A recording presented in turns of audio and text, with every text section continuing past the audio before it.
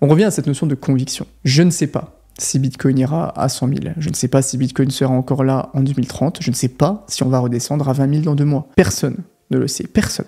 Et parti de ce constat, j'ai 2 choix. Soit je subis ce qu'il se passe, donc je prends des décisions qui changent à chaque fois que le marché bouge, je saute dans le train déjà en route, soit je prends la décision d'être actif, je monte dans le train qui ira le plus loin selon mes conclusions, en prenant le risque de me tromper. C'est la façon dont personnellement je veux vivre mon parcours d'investisseur. Analyser la situation, en tirer des conclusions qui sont basées sur des probabilités et all-in dans ces conclusions, avec beaucoup de conviction dans l'espoir d'avoir fait les bons choix. Par exemple, je suis persuadé que l'histoire va encore se répéter à ce cycle, que le marché se comportera globalement de la même façon qu'il l'a fait au précédent cycle. J'ai peut-être totalement tort, il faut qu'on soit d'accord là-dessus. Mais j'ai choisi de prendre ce risque pour avoir potentiellement les récompenses apportées par ma conviction, qui m'ont amené à me placer avant que tout le monde ne voit le train partir et essaye de gratter une place dedans. Je pense que mathématiquement, si on prend ça de manière très froide, les probabilités que j'ai raison vont couvrir les scénarios où j'ai tort et mon espérance de gain sera positive. Pour ceux qui jouent au poker, c'est comme si vous aviez une paire d'as. Vous pouvez la jouer tranquillement et gagner un petit peu de jetons en prenant moins de risques parce qu'une paire d'as ne gagne pas à tous les coups, mais vous pouvez aussi faire tapis en partant du principe que 20% du temps vous allez avoir tort et perdre la main. C'est les statistiques quand vous avez une paire d'as contre n'importe quelle autre carte au poker, mais par contre 80% du temps vous allez gagner beaucoup plus que si vous aviez été un petit peu frileux.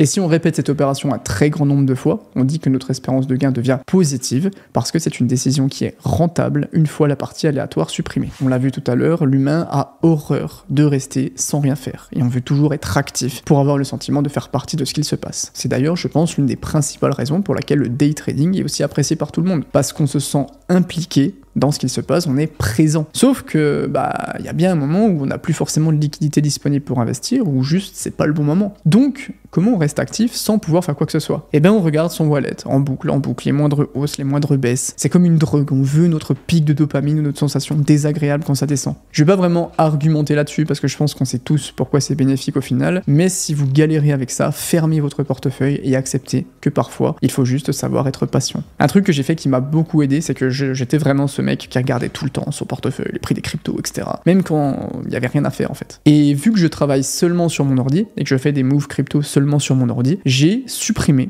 toutes les applications crypto de mon téléphone. Parce qu'en fait, j'estime que le soir, quand je suis posé après avoir taffé, j'ai pas à savoir ce que font les cryptos. Parce que dans tous les cas, je n'aurai aucune action à faire en fonction de qu'est-ce qui se passe. Ça prend 2%, rien.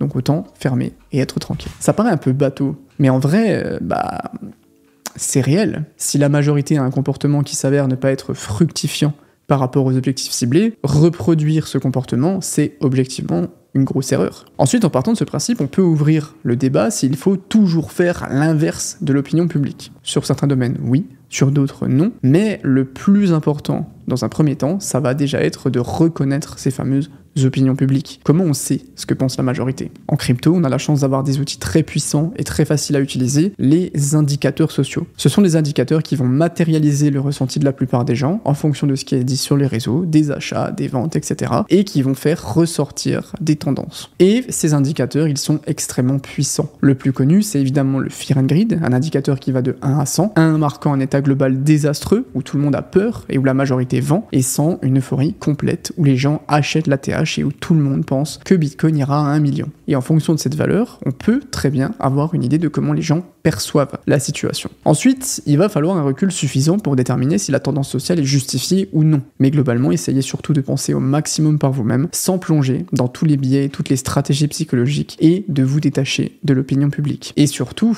demandez-vous à quelle mesure vous faites des choses différentes de la plupart des gens. Bah ouais, on a dit que faire comme tout le monde, c'était une erreur. Donc il faut bien à un moment faire des choses qui sont différentes. Est-ce que vous rachetez les corrections quand tout le monde pleure? Est-ce que vous vendez quand tout le monde est euphorique? Est-ce que vous accumulez tranquillement en bear market quand plus personne ne parle de crypto? Qu'est-ce que vous faites de différent, concrètement? On en a déjà parlé, de ce sentiment d'inconfort. Faire différemment des autres, c'est inconfortable. Car l'humain a un cerveau qui est construit pour être entouré et pour être approuvé. Donc, à chaque fois que vous faites une action, demandez-vous à quel point, objectivement, cette action est inconfortable, elle est désagréable à faire. Sur du court terme, je trouve que le taux d'inconfort, c'est très souvent significatif de la qualité d'une décision, parce qu'elle sera souvent à contre-courant de la majorité. À l'inverse, une décision extrêmement confortable, c'est souvent signe que vous cédez à une certaine approbation et à une libération, et que vous devriez vous demander si vraiment elle est bénéfique sur du long terme. Je vais finir cette vidéo avec une phrase de speaker motivation américain, mais dans le marché des cryptos, il faut savoir nager à contre-courant et voir ce que la plupart des gens ne voient pas.